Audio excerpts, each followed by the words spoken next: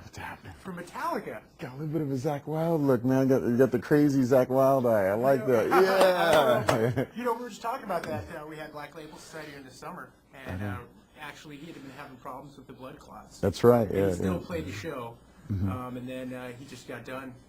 You know, started. He was in Singapore, I think. Played a show in prison. Oh, really? Yeah. Wow. You ever play a show in prison?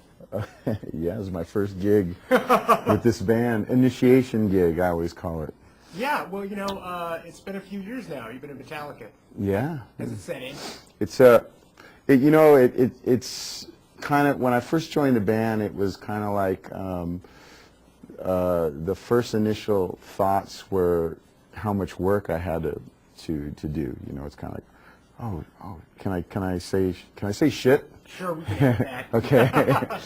No, it was like I have, at the time it was over 23 years of catalog to learn, and then the Saint Anger album had just been finished, so there was 11 songs from that the band had not played live yet. You know, they hadn't actually performed those songs, because when they recorded Saint Anger, it was sort of done in pieces. So it was like all these challenges, and I just started thinking about the challenges that I had ahead of me.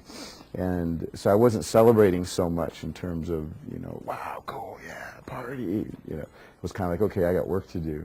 Everybody around me was, you know, but I kind of had to think about what we needed what I needed to do coming up within like a week. It was literally like in a week's time we had all this stuff going on. So I think there was that Icon show.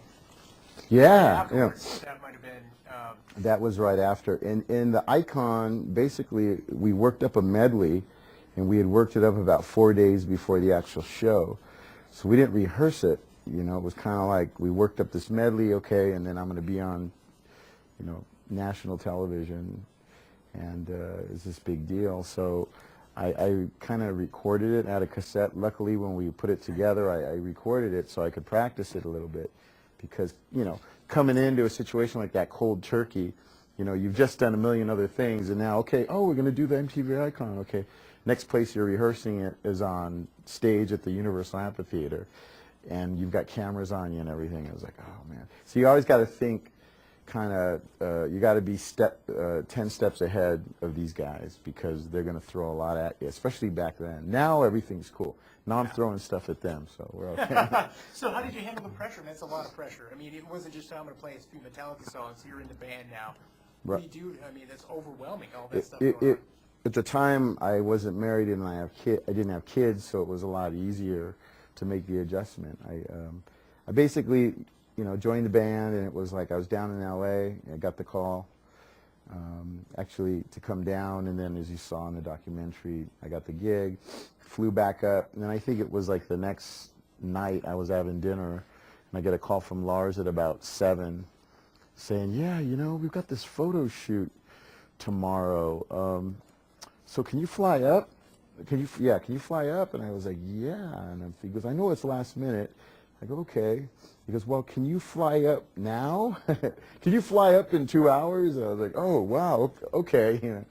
But that's kind of how the world of Metallica is, and if you're not used to that, it can be overwhelming. And I wasn't, but I was able to make the adjustments because I had nothing better to do, and this is the best opportunity of my life. So it was like, hey, you know, I'm ready. Bring it. That's awesome. Yeah. I have a question on suicidal tendencies. Mm-hmm. You're credited with being called Stymie. Oh, Stymie, yeah. Where does that come from? I have a friend who's a bass player named Stymie. Oh, yeah. It's his real name. So where does that come from?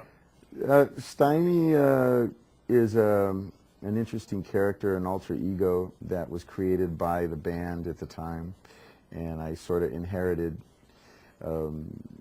his personality and his existence, and I was Stymie for about a year. You're like, I'm done with this.